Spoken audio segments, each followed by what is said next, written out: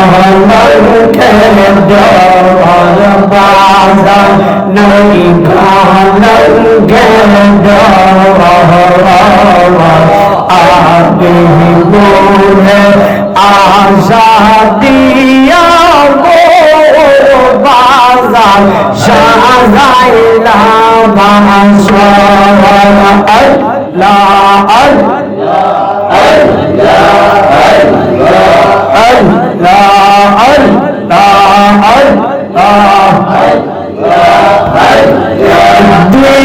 দিবানিশি জায়গার রইলাম না রইলা খবর দিবানিশি জায়গার রইলাম না রইলা খবর আমার নাইকা লঙ্কের ডর বাংলা নাইকা লঙ্কের ডর আগে বলে আগে বলে আশা দিয়া দইয়া সাজাইলা বাসর ফেলা ছিল তো আল্লাহ আল্লাহ আল্লাহ দেউনা বদনা দেউনা লৌনা বড় খবর চিঠি গো দেউনা বদনা দেউনা লৌনা বড় খবর আল্লাহ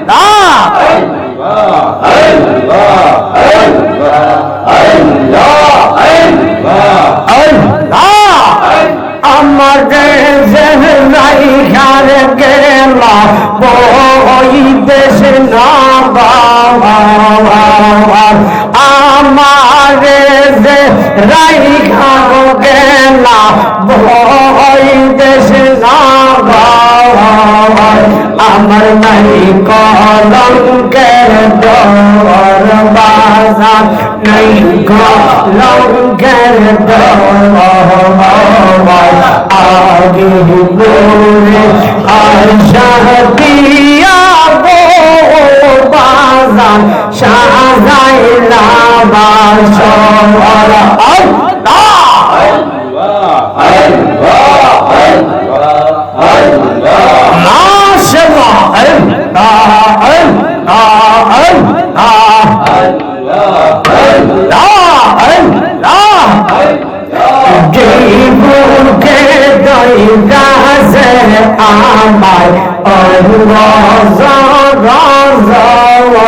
আমার জৈব গে রাজে আমার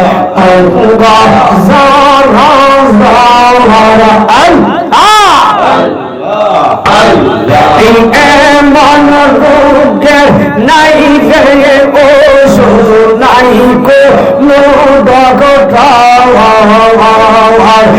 এমন রোগের নাই রে ওষুধ নাই কোনো ডক্টর আমার নাই কলঙ্কের ডর বাজার নাই কলঙ্কের ডর আল্লাহ আগে বলে বাসা দিয়া গো দইয়া সাজাইলা বাসর মাশাআল্লাহ আল্লাহ আল্লাহ আল্লাহ তুমি ছিলা আমার বন্ধু আমি ছিলাম তোমার তুমি ছিলা আমার বন্ধু আমি ছিলাম তোমার আল্লাহ আল্লাহ এখন আমার রাইখা গেলা সুখনা বালুর চর আমার রাই সোনা বালুর চর আমার নাই কলঙ্কের ডর বাজার নাই কলঙ্কের ডর আমি মোরে আশা দিয়া গো দইয়া সাজাইলা বাসর আল্লাহ আল্লাহ আল্লাহ আল্লাহ আল্লাহ আল্লাহ দিমানিশি জায়গা গরইলা না রইলা খবর দিমানিশি জায়গা গরইলা না রইলা খবর আলাই কলঙ্কের ডর বাজার নাই কলঙ্কের ডর আগে মোরে আশা দিয়া গো দইয়া সাজাইলা বাসর আল্লাহ আল্লাহ আল্লাহ আল্লাহ আল্লাহ আল্লাহ মাশাআল্লাহ দেউনা পথ দেউনা লৌনা মোর খবর চিঠি দেউনা পথ দেউনা লৌনা মোর খবর আমার রাইখা গো কেন বই দেশ আমার রাইখা গো কেন বই দেশ নগর আমার নাই কলঙ্কের ডর আগে মোরে আশা দিয়া গো দইয়া সাজাইলা বাসর আল্লাহ আল্লাহ আল্লাহ মাশাআল্লাহ আল্লাহ আল্লাহ আল্লাহ আল্লাহ আল্লাহ মারহাবা আল্লাহ আল্লাহ আল্লাহ আল্লাহ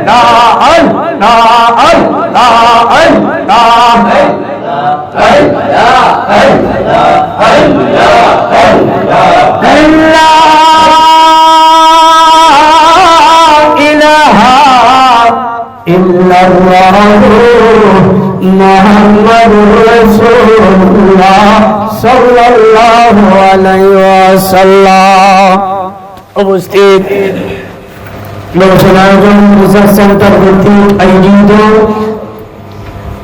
ইলমে তাসাউফের ক্লাসে উপস্থিত রয়েছেন আল্লাহ প্রেমিক, রাসূল প্রেমিক, ওলি প্রেমিক, আমার বাবার ভাইয়েরা, পর্দার আড়াল আমার মা ও বোনেরা, প্রত্যেকের প্রতি আমার সালাম। আসসালামু আলাইকুম ওয়া রাহমাতুল্লাহি ওয়া বারাকাতুহু। আল্লাহ সুবহানাহু ওয়া তাআলা আযজা ওয়া জাল্লার দরবারে শুকর আদায় করছি যে রব্বুল আলামিন আমাদেরকে সুস্থতা রেখে ইলমে তাসাউফের ক্লাসে আসার মতো বসার মতো যেই প্রভু সুযোগটুকু দান করেছে, উচ্চ আওয়াজ বলি আলহামদুলিল্লাহ। ইনশাআল্লাহ জাস্ট আমি ক্লাস শেষ করবো এবং ধারাবাহিকভাবে আলোচনা চলবে। আমি আজকে যে কয়েকটি কথা বলবো, এটা হচ্ছে ইলমে তাসাউফের মাহফিল মানে হচ্ছে আত্মশুদ্ধির মাহফিল। কিসের মাহফিল? আত্মশুদ্ধির মাহফিল। জীবনে অনেক আলোচনা শুনেছেন, রমজানের ফজিলতের আলোচনা শুনেছেন, কোরবানির ফজিলতের আলোচনা শুনেছেন, আপনার যাকাতের ফজিলতের আলোচনা শুনেছেন, নামাজের ফজিলতের আলোচনা শুনেছেন, কোরআনের বিভিন্ন আয়াতের ফজিলতের আলোচনা শুনেছেন, কিন্তু এই মানব দেহের ফজিলতের আলোচনা কি শুনেছেন? এটার আলোচনা ততটা হয় না, সমস্ত কিছুর ফজিলতের আলোচনা হচ্ছে, কিন্তু মানব দেহের আলোচনা ফজিলত আলোচনা হচ্ছে না, হইলেও কম হচ্ছে, আলোচনা করার লোকও কম, এই আলোচনাটুকু বুঝার লোকও কম, ঠিক কিনা বেশি? এই দেহের আলোচনা, এই দেহের ফজিলতের আলোচনা, এই দেহটা মূলত কি? এই দেহটা মূলত হইল একটা আয়না। কি দেহটা? মূলত আয়না। নামাজ, রোজা, হজ, যাকাত যাহাই কিছু আল্লাহ দিলেন কেন? আল্লাহ আমরা যদি নামাজ না পড়ি আল্লাহর শান কি কমবে? আমরা যদি রোজা না রাখি আল্লাহর শান কি কমবে? আমরা যদি কুরবানি না দেই আল্লাহর শান কি কমবে? আমরা যদি দান সদকা না করি আল্লাহর শান কি কমবে? বরঞ্চ আল্লাহ যে হুকুম আহকাম দিয়েছে এইগুলো আদায় না করলে আল্লাহর শান কমবে না, এইগুলো করলে মূলত আমাদের শান বাড়বে। এবার আসুন আমি যেই কথাটা বুঝাইতে চাচ্ছি, সংক্ষিপ্ত কথায় আমি মূল কথাটা বুঝাইতে চাইব। এই দেহটা হচ্ছে একটা আয়না। এই দেহটা হচ্ছে কি? আমার আল্লাহ নামাজ, রোজা, হজ, যাকাত দিলে, ইবাদত করলে আল্লাহর পজিশন বাড়বে এমনটা না, না করলে আল্লাহর পজিশন কমবে এমনটা। তাহলে আল্লাহ এটা দিলেন কেন? আল্লাহ এটা দিলেন কেন? নামাজ, রোজা, হজ, যাকাত, এই ইসলামের হুকুম আহকামগুলো এইগুলো কেন দিলেন? কারণটা কি? জীবনটা বর্তমান নামাজ পড়তেছেন, রমজান মাস আসলে রোজা রাখতেছেন, কুরবানি আসলে কুরবানি দিচ্ছেন, বছরে যাদের তৌফিক আছে যাকাত দিচ্ছেন। কেন দিচ্ছেন সেটা তো জানার দরকার। জানলাম না দিয়ে যাচ্ছি, কিন্তু এটা না জেনে কোন কর্ম করলে কি বিনিময় পাওয়া যাবে? আপনি আগে কিসের জন্য করবেন বিষয়টা জানতে হবে। ইসলামের হুকুম আহকামগুলো কেন দিলেন? এর কারণটা কি? এর রহস্যটা কি? আল্লাহ বলে এই মানব দেহটা হচ্ছে একটা আয়না। মানব দেহটা একটা কি? আয়নার মধ্যে ময়লা পড়েছে। পয়েন্টটা মনে রাখবেন। ইসলামের নামাজ, রোজা, হজ, যাকাত কেন দিলেন? কেনের উত্তর দিচ্ছি। এই দেহটা একটা কি? একটু আওয়াজ দিয়ে বলেন কি? আয়না। এই আয়নার মধ্যে ময়লা পড়ে রইল। আয়নাকে পরিষ্কার করার জন্য একটা কাপড় লাগবে কিনা? একটা উপকরণ লাগবে কিনা? এটাকে পরিষ্কার করার জন্য একটা উপকরণ, গামছা বা যে কোনো কাপড় লাগবে। কেন লাগবে? গামছাটাকে পরিষ্কার করার জন্য যেহেতু ধুলাবালি এবং ময়লা পড়ে রয়েছে, এই আয়নাটাকে পরিষ্কার করার জন্য কোন একটা কাপড় দিয়ে আয়নাটাকে পরিষ্কার করার দরকার। তাহলে কাপড়টা কখন দরকার? আয়নাকে পরিষ্কার করার জন্য। তাহলে আমার আপনার এই দেহটা হচ্ছে আয়না। এই আয়নার মধ্যে তো আমরা এমন ভাবে কালো করে রেখেছি, লোভ, লালসা, হিংসা, বিদ্বেষ গুলো একবারে আমার আয়নাটাকে একবারে ঘোলা করে ফেলেছি। এখন এই আয়নাটাকে মুছার জন্য একটা কাপড়ের প্রয়োজন, ঠিক কিনা? এই কাপড় হিসাবে নামাজ, রোজা, হজ, যাকাত যত হুকুম আহকাম দিয়েছে ওই সমস্ত জিনিস দিয়ে আপনার ভিতরের আয়নাকে পরিষ্কার করার জন্য বলেন সুবহানাল্লাহ। তাহলে নামাজ, রোজার সব ফজিলতের আলোচনা হচ্ছে। এখন যদি আয়না না থাকে গামছা দিয়ে কি করবেন? আয়না না থাকলে পরিষ্কার করবেন কি? তাহলে নামাজ, রোজা কেন? আমার আয়নাটাকে পরিষ্কার করার জন্য। নামাজ, রোজা হচ্ছে এই কাপড়ের মতো একটা উপকরণ। এই নামাজ, রোজা, হজ, যাকাত গুলো আপনার ভিতরের আয়নাকে পরিষ্কার করার জন্য ব্যবহার করবেন। সুবহানাল্লাহ। যে কাপড় দিয়ে আপনার মহিলা পরিষ্কার হয় না, এই কাপড় দিয়ে কি করবেন? যে টাকা আপনার বিপদের সময় উপকারে আসে না, সেই টাকা দিয়ে কি করবেন? আপনার টাকা আছে আরেকজনের কাছে, বিপদে পাইছেন না, আপনি তো চিৎকার করে বলবেন, আপনি তো চিৎকার করে বলবেন, ভাই কেন শুনেছেন? আপনি চিৎকার করে বলবেন টাকা থাকলে কি হবে, আমি সময় মতো তো পেলাম। তাহলে কাপড় থাকলে কি কাজ হবে যদি আয়না না থাকে? আবার আয়না আছে, এই দেহটা হচ্ছে কি আয়না। তো আয়নার মধ্যে ময়লা পড়লে কাপড় দিয়ে পরিষ্কার করি আমরা। এই দেহ আয়নাটাকে পরিষ্কার করার জন্য যে কাপড় হিসাবে, পরিষ্কারের মেডিসিন হিসাবে যে জিনিসগুলো, এটি হচ্ছে নামাজ, রোজা, হজ, যাকাত, সমস্ত হুকুম আহকাম দিয়েছে আমাদের ভিতরের আয়নাটাকে পরিষ্কার করার জন্য। সুবহানাল্লাহ। তাহলে কাপড় দিয়ে ভিতরের ময়লা পরিষ্কার করতে হবে। এখন একটা কাপড় দিয়েছেন, আয়নার মধ্যে স্পর্শ করা যায় না, একটা আলগা আলগা থাকে, শক্ত একটা কাপড় আছে, আয়নার মধ্যে চাপ দিয়ে লাগানো যায় না, তাহলে কি ময়লা পরিষ্কার করা যাবে?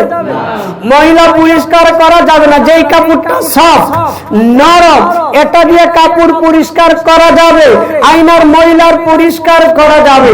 তদ্রুপ যেই নামাজটা বিনয়, যেই নামাজটা বিনয়, যেই কুরবানিটা আল্লাহর প্রেমে বিনয়, যেই রোজাটা আল্লাহর প্রেমে বিনয়, এই সমস্ত নামাজ রোজা দিয়া আপনার দেহের আয়না পরিষ্কার করা সম্ভব। সুবহানাল্লাহ। যদি আপনার ওই নামাজ রোজা দিয়া ভিতরেরটা যদি পরিষ্কার না হয়, তাহলে বুঝতে হবে ওই কাপড়টা ওই এখানে মুসার মতো উপযোগী করতে পারে নাই। এবার আসুন আরেকটি কথা, যে বিষয়টা হলো আল্লাহ সুবহানাহু তাআলা আযজা ওয়া জাল্লা মানুষকে বানাইলেন অনেক মায়া করে, মহব্বত করে। আচ্ছা, আপনার একটা জিনিস আপনি মহব্বত করে বানাইলে, এটা কি আগুন দিয়ে পুড়বে? আল্লাহ এত সুন্দর করে মায়া করে যে আদমকে সেজদা না দেওয়ার কারণে 9.5 লক্ষ বছরের ইবাদত বরবাদ করে দিয়েছে, এত মায়ার আদমকে আল্লাহ জাহান্নামে কেমনে দিবে? এখন আমি আল্লাহকে একটু পরোক্ষভাবে কোশ্চেন করব, আল্লাহ তুমি মানুষ বানাইছো কেন? আগে কারণটা জানি। আমারে আপনাকে বানাইছে কেন? আল্লাহ পরোক্ষভাবে জবাব দিবে, ওয়ামা খালাকতুল জিন্না ওয়াল ইনসা ইল্লা লিয়াবুদু। আমি মানুষ এবং জিনকে বানাইলাম আমি আল্লাহর ইবাদতের জন্য। বলুন না সুবহানাল্লাহ। তাহলে এখন জানতে পারলাম আল্লাহ মানুষ এবং জিনকে কেন বানাইছে। এই আয়াত দ্বারা প্রমাণ করে ইবাদতের জন্য। সূরা ইখলাসের মধ্যে আল্লাহ বলে আল্লাহুস সামাদ, আল্লাহকে আমি কারো মুহাব্বিকি না। আল্লাহ বলছে আমি কারো কি না। আল্লাহ বলছে আমি মানুষ এবং জিনকে বানাইছি ইবাদতের জন্য। এই আয়াত দিয়ে বোঝা যায় আল্লাহ ইবাদতের জন্য মুহাব্বিকি। আবার আল্লাহুস সামাদ, আল্লাহ বলতেছে আমি মুহাব্বিকি না। এই দুই আয়াত কেমনে মানবে? আল্লাহ কি ইবাদতের পাগল? আল্লাহ কি ইবাদতের জন্য মুহাব্বিকি? আল্লাহ কোন বান্দা ইবাদত করলে আল্লাহ কিন্তু খুশি হয় না। কোন বান্দা ইবাদত করলে আল্লাহ খুশি হয় না। নামাজ পড়ছেন খুশি হবে না, রোজা রাখছেন খুশি হবে না, কুরবানি দিচ্ছেন খুশি হবে না। হুজুর এটা কি বললেন? আমরা তো আল্লাহর খুশি করবার লাগি দিতেছি, কিন্তু আল্লাহ খুশি হয় না। আল্লাহ কখন খুশি হয়? যখন আপনি নামাজ রোজা কুরবানি দিলেন, আল্লাহ সাথে সাথে খুশি হয় না। আল্লাহ খুশি হয় তখন যখন আপনি একটা গীবত করতে গেলেন, কারো আয় কাটতে গেলেন, কাউকে হারার পরামর্শ দিতে গেলেন, ওই সময় নামাজ যদি বলে তুমি না নামাজি, কিভাবে অন্যায় করো, যদি নামাজ তোমাকে বাধা দিয়ে এই কাজ থেকে ফিরে আনতে পারে, তখন ওই নামাজটাতে আল্লাহ খুশি হয়। এই সময় যদি হজ করার কারণে মনে যদি বলেন আমি একটা মিথ্যা বলবো, কিন্তু ওই মুহূর্তে আপনি চিন্তা আপনার দিনে চলে আসছে আমি না হজ করে আসছি। এই হজ যদি আপনাকে অন্যায় থেকে বাঁচায় নিয়ে আসে তখন আল্লাহ এই হজের থেকে আল্লাহ খুশি হয়। হজ করাতে আল্লাহ খুশি হচ্ছে এমনটা না, রোজা রাখাতে আল্লাহ খুশি হচ্ছে এমনটা না। এটা হচ্ছে অন্যায় থেকে যে ইবাদত বাঁচায়া রাখতে পারে ওই ইবাদতের দ্বারা আল্লাহ খুশি হয়। কেন খুশি হয়? ইবাদতের জন্য না, আল্লাহর ইবাদত করার জন্য না, আরেকটা বান্দা কষ্ট থেকে রক্ষা পাওয়ার কারণে আমার আল্লাহ খুশি হয়ে গেল। সুবহানাল্লাহ। তাহলে আমার আপনার ইবাদত কতটুকু ইবাদত হিসাবে গণ্য হয়েছে? আপনার জীবনে কয়টা অপরাধ আপনার নামাজ আপনাকে ফিরে আনছে? কারো বলার প্রয়োজন নাই। একবার গেলেন একজনের সাথে একটা খারাপ পরামর্শ দেওয়ার জন্য, 5 বছর আগে একটা সূত্রানি ছিল, সে এখন একটু পেছে পড়ছে। আমাদের সমাজে হইল এমনি আপনাকে চা পান করাবে, দাওয়াতও দিবে, হঠাৎ পেছে পড়ছেন, 5 বছর আগে একটা সমস্যা ছিল, এই মাইকটা উঠাইব। অধিকাংশ কিন্তু আমাদের এই অবস্থা, অধিকাংশ, সবাই না, অধিকাংশ। এখন আপনি খারাপ পরামর্শ দিতে গেলেন, সুযোগ পাইলেন 5 বছর পরে, ও বেগায়দায় পড়েছে, আপনি গেলেন তাকে খারাপ পরামর্শ দেওয়ার জন্য, কিন্তু আপনার এই বিবিকে নামাজ, রোজা, হজ, যাকাত এই সমস্ত কিছু কোনো একটা ওই মুহূর্তে আপনাকে ফিরাইয়া আনছে। এমন কয়টা ইবাদত আছে? আপনি একটু নিজে নিজে গবেষণা করে দেখেন, আপনার এমন ইবাদত কয়টা যে ইবাদত আপনাকে অন্যায় করতে দেয় না। তাহলে আমার আল্লাহ ইবাদত করার জন্য দিনের মূলত আল্লাহ ইবাদতের মহাপিক কিনা? আল্লাহকে লিয়াবুদু আই লিয়ারিফু, আমি মানুষ এবং জিনকে বানাইছি আমি আল্লাহর ইবাদতের জন্য না, আমি আল্লাহর পরিচয় জানার জন্য। পরিচয় কেমনে জানবেন? আল্লাহর ঠিকানা কই? আল্লাহরে পাবেন কই? আল্লাহ বলে আমার ঠিকানা জানতে হলে একজন বান্দা আরেকজন বান্দারে মহব্বতে ভালোবাসো, তখন আমি আল্লাহর পরিচয় পেয়ে যাবো। বলুন সুবহানাল্লাহ। আরেকটা বিষয় অধিকাংশ মানুষ জানে না, আল্লাহকে কিভাবে ডাক দিলে আল্লাহ জবাব দেয়। সারাটা জীবন ডাকলেন আল্লাহু আল্লাহ, ইয়া আল্লাহ ইয়া আল্লাহ বলে ডাকলেন, জবাব কি পাইছে? আপনার হৃদয়ে কি শান্তি পাইছে? বলেন তো, আল্লাহকে ডাকার মতো আমাদের এমন কি যোগ্যতা আছে? আল্লাহ হচ্ছেন পূত পবিত্র, সুবহানাহু তাআলা। আল্লাহ পাকের নামটি নেওয়ার মতো, আল্লাহ পাকের নাম মুবারক নেওয়ার মতো আমাদের কি যোগ্যতা আছে? আমরা কারো যোগ্যতা আছে? নাই। আল্লাহকে ডেকে খুশি করার মতো সেই যোগ্যতা আমাদের চাইতে কোটি কোটি কোটি কোটি গুণ ফেরেশতারা তাসবিহ আল্লাহকে ডাকতেছে, পশু পাখি গাছ পর্বত আল্লাহকে ডাকতেছে, আল্লাহকে ডাকতেছে। তারা যেভাবে পবিত্রভাবে আল্লাহকে ডাকতেছে, তাদের মতো কি আমরা ডাকতে পারবো? না। যদি আল্লাহকে খুশি করতে চাই, তাহলে আল্লাহকে যারা যেভাবে মহব্বতে ডাকে তাদের চাইতে বেশি ডাকতে হবে। মনে করেন আমাকে যদি, আমি প্রায় সময় বলি, দেখেন আপনারা আমাকে দাওয়াত দিয়ে নিবেন না, কারণ আমাকে আপনি খুশি করতে হলে আমি বাড়িতে যে খাবারটা খাই এর চাইতে ভালোটা দিতে হবে। আমার একটু খুশি করতে হলে আমি যেই বিছানায় ঘুমাই আপনার বাড়িতে একটু ভালো দিলে আমার আরাম লাগবে, ঠিক না বেটি? একটু বেশিটা, তাহলে আমার খুশি করতে আপনার সময় লাগবে। কিন্তু একজন ফকির, একজন মিসকিন, তারে তোমার ঘরে যেটাই আছে এটা দিয়ে একটু পেটটা ভরে খাবার দাও, দিয়ে খুশি হয়ে যাবে। এটা শর্ত না? তাকে শুধু আপনি বলেন একটা চেয়ার বা যে কোনো একটা জায়গায় বসায় খাবারটা দিয়ে দেন, আমারই কিন্তু যদি মনে জিনিস করে দিতে হবে। আমার বাড়ির চাইতে একটু ভালো হলে আমি বুঝবো এটা ঠিক আছে, আমি একটু ভালোটা আমার বাড়িতে আছে। তাহলে আমার খুশি করতে একটু কি লাগবে? সময় লাগবে। আর একজন গরিব অসহায় ব্যক্তিটার খুশি করতে সময়, তাহলে আমার চাইতে আপনারা হুজুরের খাওয়াবেন, অসুবিধা নাই। তবে যদি মনে করে 4 জন 5 জনকে খাওয়াবেন আল্লাহর হস্তে, আপনারা হুজুরদেরকে ভালোবাসেন, অসুবিধা নাই। আমি আপনি হুজুর আপনার পাশে যে কয়েকজন গরিব আছে তাদেরকে খাওয়াই নেবেন, 1000 গুণ বেশি সওয়াব হবে। আমি আমার সব কথা বলে দিছি। এরপর আপনারা বুকামি করলে আমারে হাওয়াইলে আমার লাভ হইব, আপনারা হে বেশি লাভ হইতো না।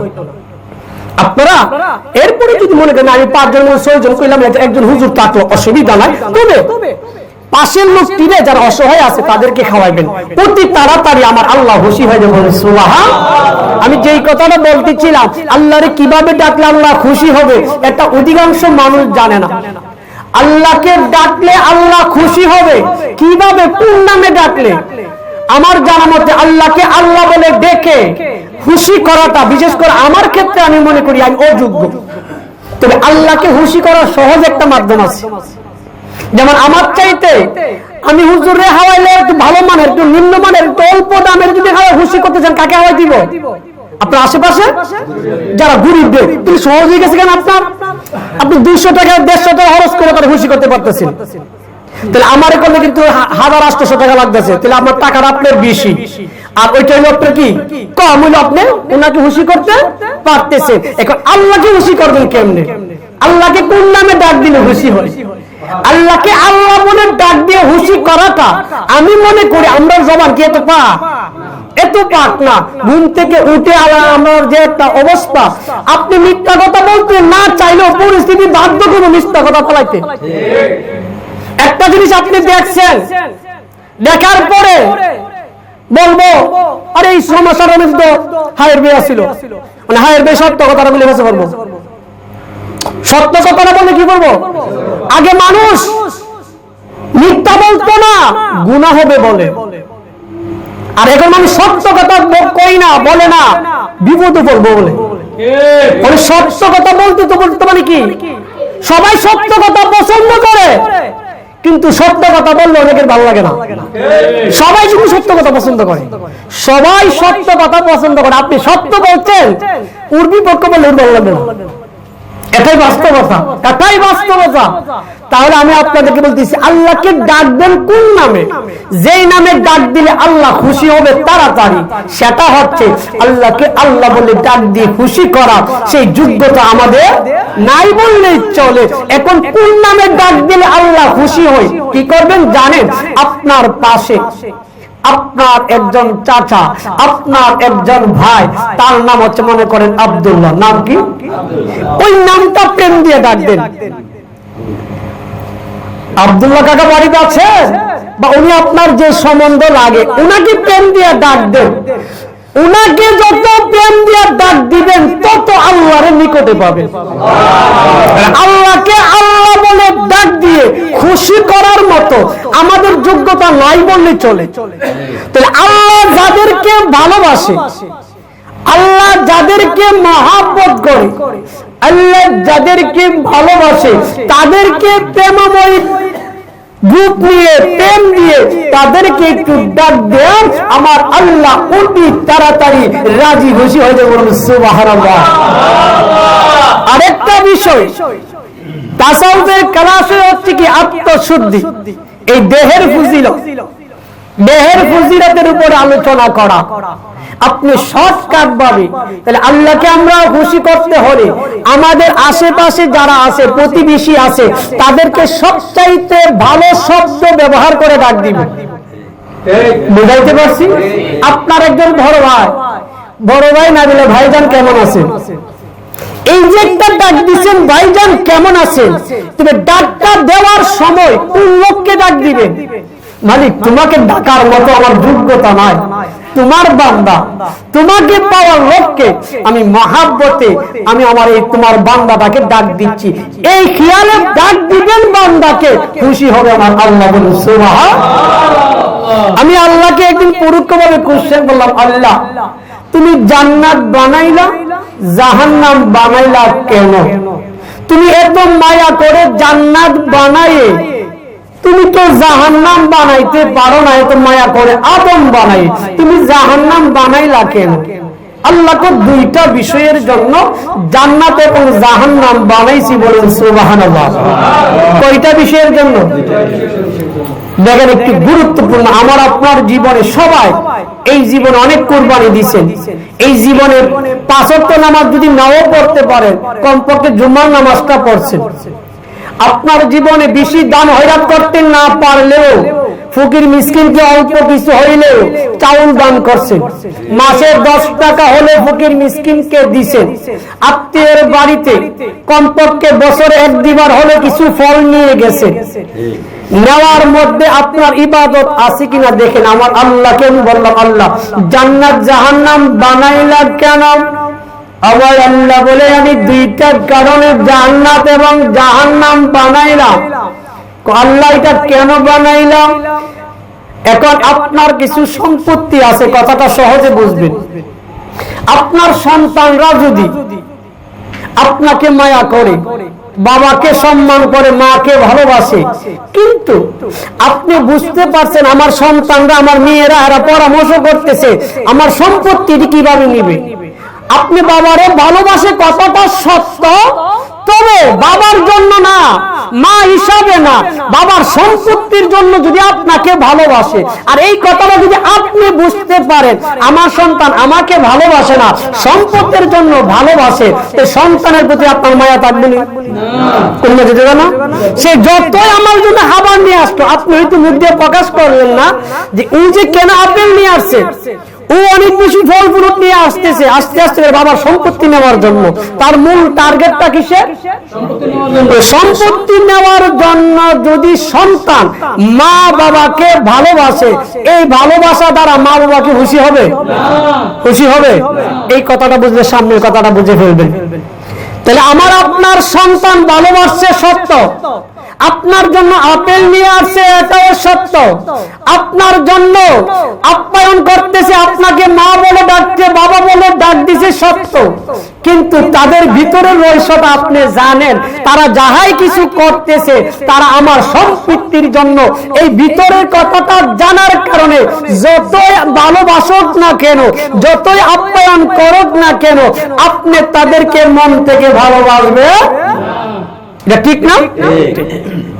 আর যদি সন্তান বলে মা আপনি আমার মা, আপনি আমার বাবা, সম্পত্তি বড় বিষয় না, আপনি আমার মা, এর চাইতে শ্রেষ্ঠ সম্পদ আর কি আছে?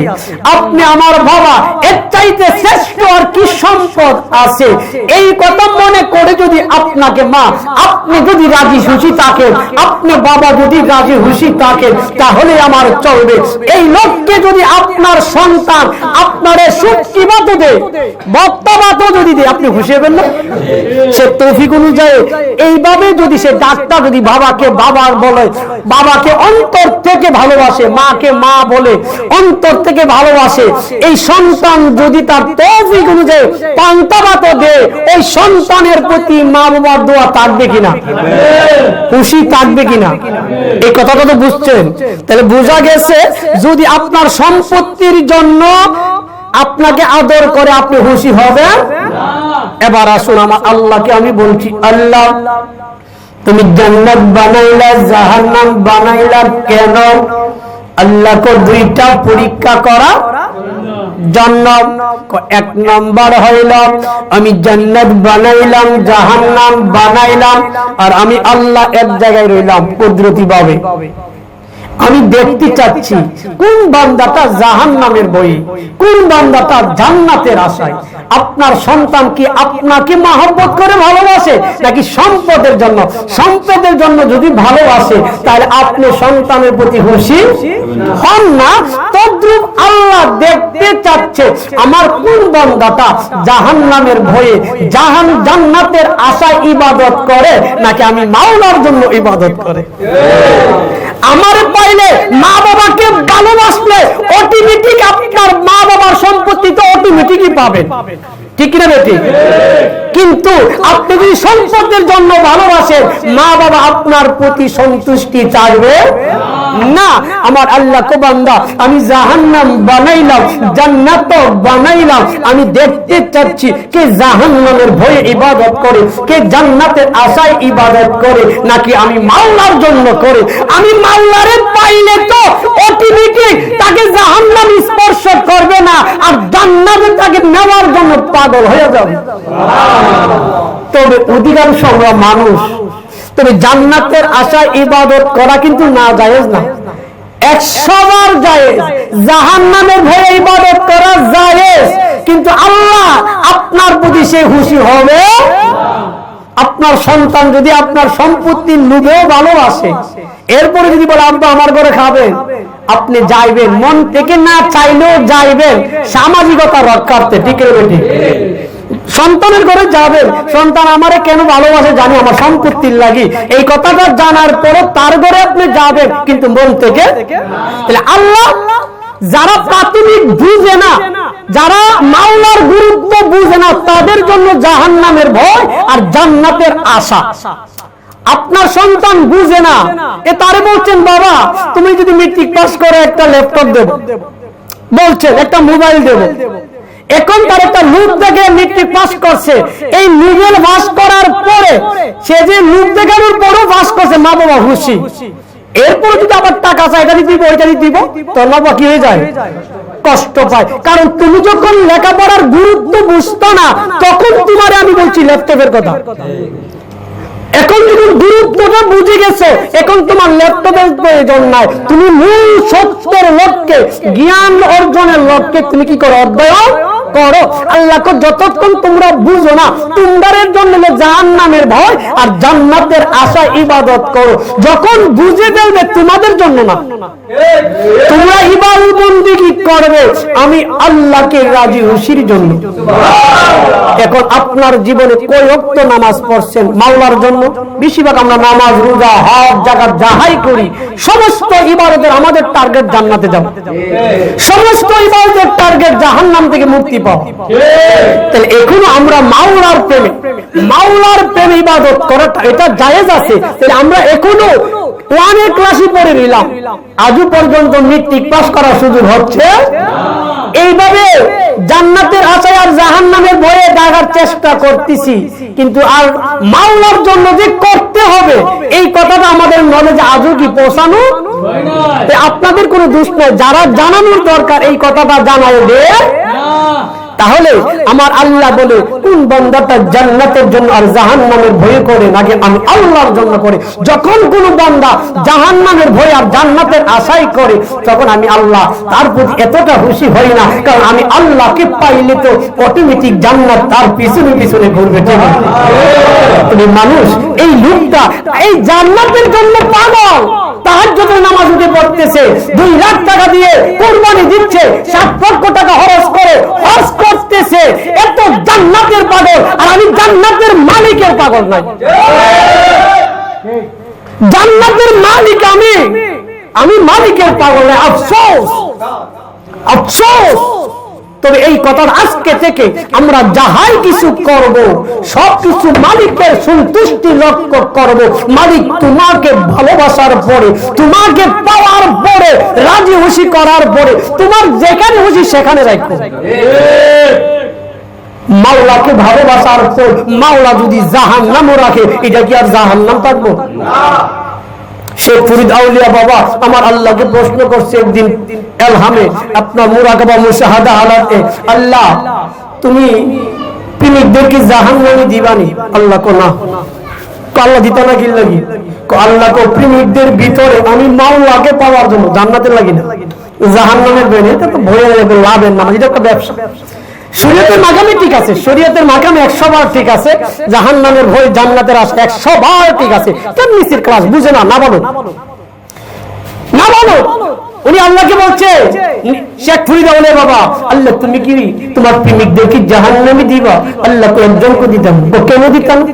প্রেমিকদের অন্তরে আমি মাওলাকে পাওয়ার জন্য যে আগুন জ্বলে, তাদেরকে জাহান্নামে দিতে দেরি হবে, জাহান্নামটা নিভতে দেরি হতো না।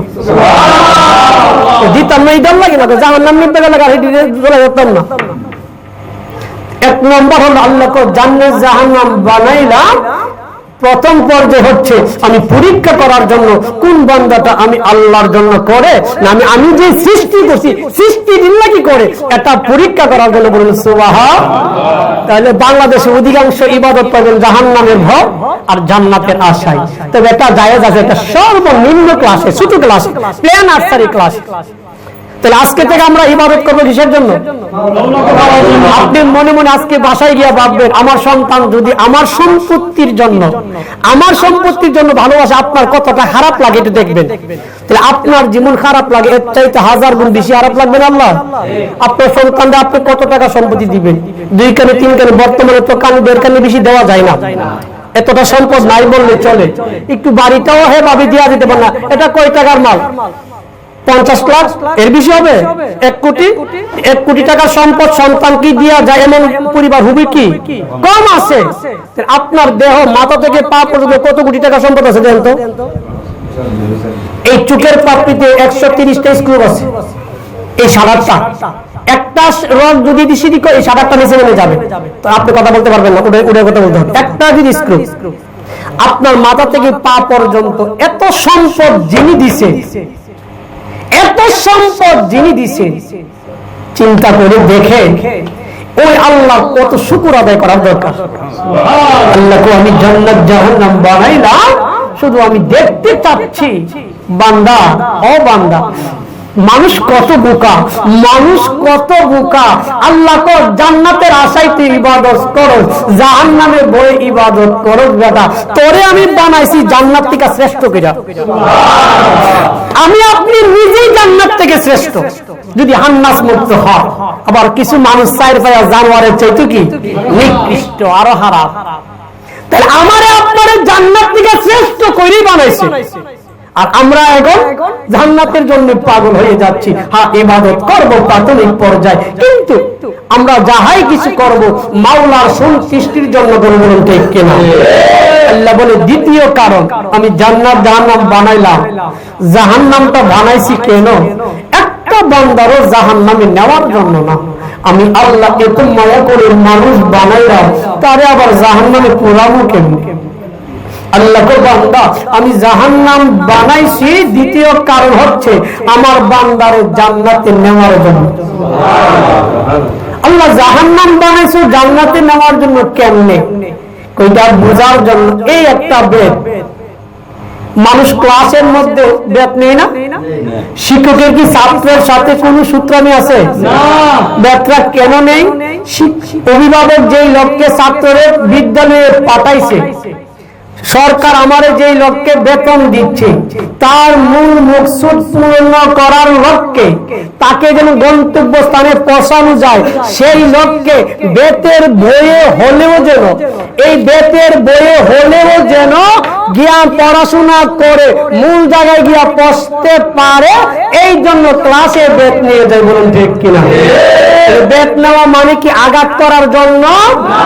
তাকে ভালো ছাত্র রূপ দেওয়া। আল্লাহকে আমি জাহান্নাম বানাইছি, আমি জাহান্নাম বানাইছি বান্দারে জাহান্নামে নেওয়ার জন্য না, জাহান্নামের ভয়ে হলেও যেন ইবাদত করে জান্নাতে যাইতে পারে। আচ্ছা, আরেকটা কথা, শেষ কথা আজকে বিষয়টা হলো, আমরা যে নামাজ পড়ি, কোন দিকে নামাজ পড়ি? কেন নামাজ পড়ি? কাবা। এই কাবাকে, এটা কার ঘর? কাবা কি আল্লাহ? কাবা আল্লাহ না। কাবা কি? কাবা কিন্তু, কাবা ঘর কিন্তু আল্লাহ না, এটা আল্লাহর ঘর। এই কাবা ঘরকে সেজদা দিলে সেজদা পাকে? এই কাবা ঘরকে সেজদা দিলে সেজদা পাকে? আল্লাহ। এই ঘরটা আল্লাহ বানাইছেও না, ইব্রাহিম আলাইহিস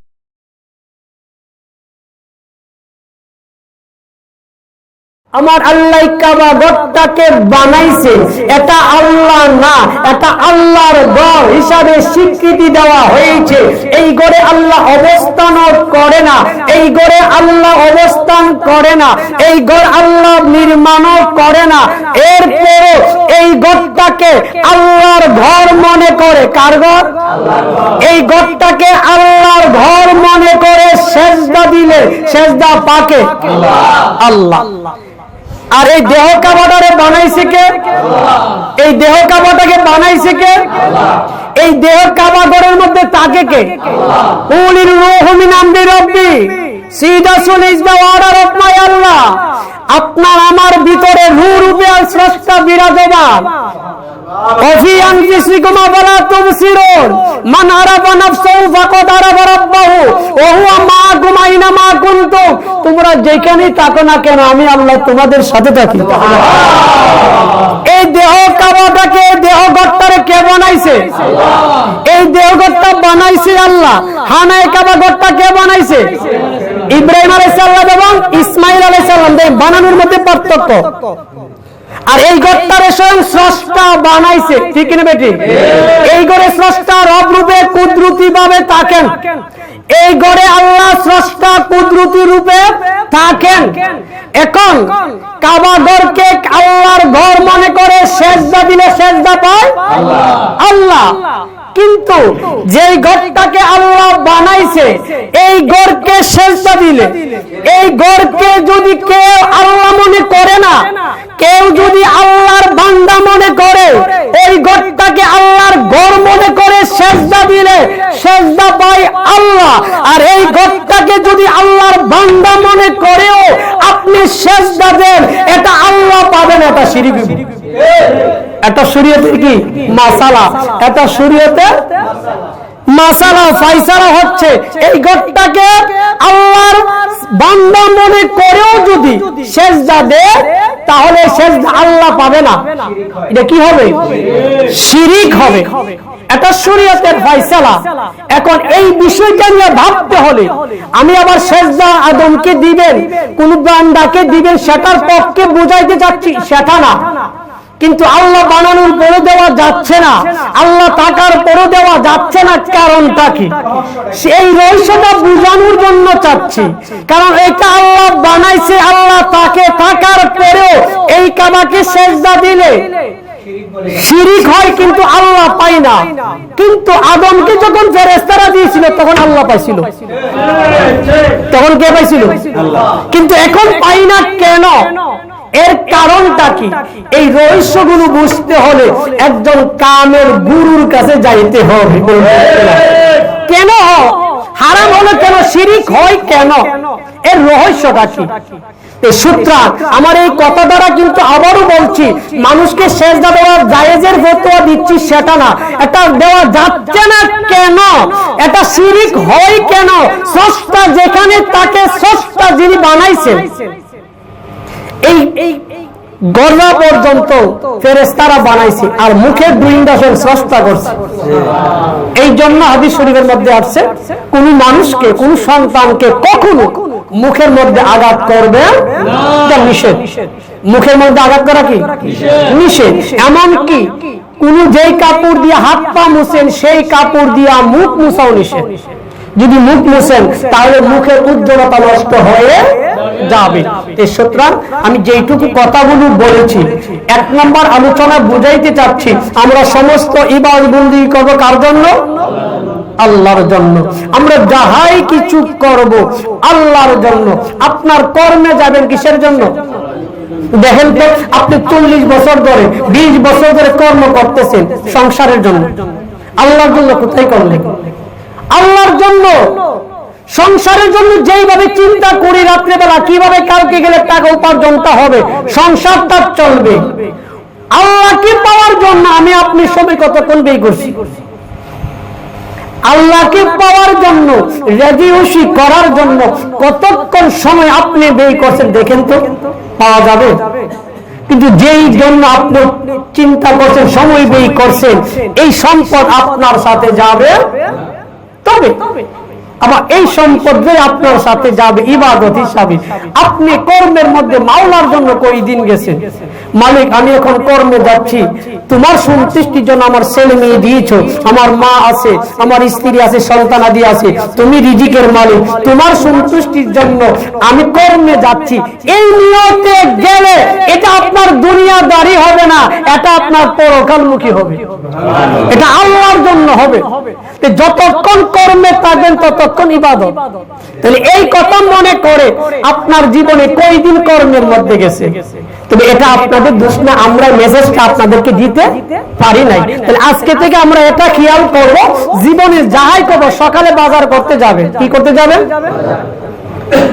জানেন? 1 টাকা দান করছেন আল্লাহ রাস্তায়, মসজিদে হোক মাদ্রাসায় হোক, কাউকে দিয়েছেন, তুলনামূলক 1 গুণ সওয়াব। আর আপনার সংসারের জন্য টাকা ব্যয় করবেন 1000 গুণ বেশি সওয়াব। আপনি নিয়ত করেন, মালিক তোমার সন্তুষ্টির জন্য আমি টাকাটা ব্যয় করব, তুমি না দায়িত্ব দিয়েছো, আপনি সকালে বাজার করতে যাবেন। এটা বাজার হবে না, এই বাজার গুলো নূর হবে। এই নিয়তে বাজার করলে সন্তান যখন খাবে, এই সন্তান কখনো অবাধ্য হবে, এই স্ত্রী কখনো অবাধ্য হবে। এই লোককে কয়দিন বাজার করছি? করছি আমরা, তাহলে আমরা হাবার নূর হবে কিভাবে? এই লোককে আমরা কি করি নাই? বাজার করি নাই। তাহলে আজকে থেকে আমরা বাজার করব মালিক তোমার সন্তুষ্টির জন্য। এই লোককে বাজারে যাইবেন, যতক্ষণ যাইবেন ততক্ষণ ইবাদত, যতক্ষণ দাম দর করবেন ততক্ষণ ইবাদত, বাজার করে বাড়িতে নিয়ে আসবেন ইবাদত। আর যখন হাবারটা যখন সন্তানাদি হাইবে, আমার আল্লাহ আপনার অন্তরে নূর, আপনার অন্তরে ভরপুর করে দেবে। এই নিয়ে আজকে থেকে আমরা বাজার করব, যাহাই কিছু করব, কোন লক্ষ্যে করব না? আমরা জান্নাতের আশা করব, ঠিক আছে নি? জাহান্নামের ভয়ে তো আবার কিন্তু আপনারা চাষটলে গিয়ে কথা করেন, জাহান্নাতের আশা করুন যেত না, জাহান্নামের ভয় করুন যেত, একটা ব্যস্ত থেকে দেবো। যেটা বুঝাইতে পারতেন আপনারা যাইেন না, এটা আপনারা আপনাদের মতো কিটা থাকেন, ঠিক আছে? আর কে বুঝতে চাইলে আসলে বুঝাই দিব। আপনি বুঝাইতে পারতেন তখন একটা উঠবো জান্নাতের আশায় জাহান্নামের ইবাদত করেন, যাইতো না বলে। আমি কিন্তু বলছি যাবে, এটা নিচের ক্লাস। তো আমাদের ইচ্ছা থাকবে জান্নাত এবং জাহান্নামের যিনি মালিক, ওই মালিকের সন্তুষ্টিতে দিলে আমরা আজকে থেকে বাজার করব মালিকের সন্তুষ্টি। যাহাই কিছু করব কার সন্তুষ্টি? মালিকের সন্তুষ্টি। আর একটা বিষয় কি বলছি, খানায়ে কাবাকে আল্লাহর ঘর মনে করে সেজদা দিলে সেজদা পায়। আর এই দেহ কাবার আল্লাহ বানাইছে, আল্লাহ তাকে, এই দেহ কাবাকে সেজদা দিলে আল্লাহ পায় না, কি হয়? এই রহস্যটা জানতে হবে। আমি শিরিকের পক্ষে, কিন্তু কেন শিরিক হয়? যে ঘরে মাওলা বানাইছে এটাই আসল মাওলার ঘর, এটাই হচ্ছে আসল হাকিকি মাওলার ঘর। এরপর এই ঘরকে সেজদা দিলে শিরিক হয়, কারণটা কি? এই রহস্যটা জানার জন্যই কামের গুরুর দরবারে যাইতে আল্লাহ সুবহানাহু ওয়া তাআলা আযজা ওয়া জাল্লা আমাদের সবাইকে কবুল করে। সবাই বলুন আমিন।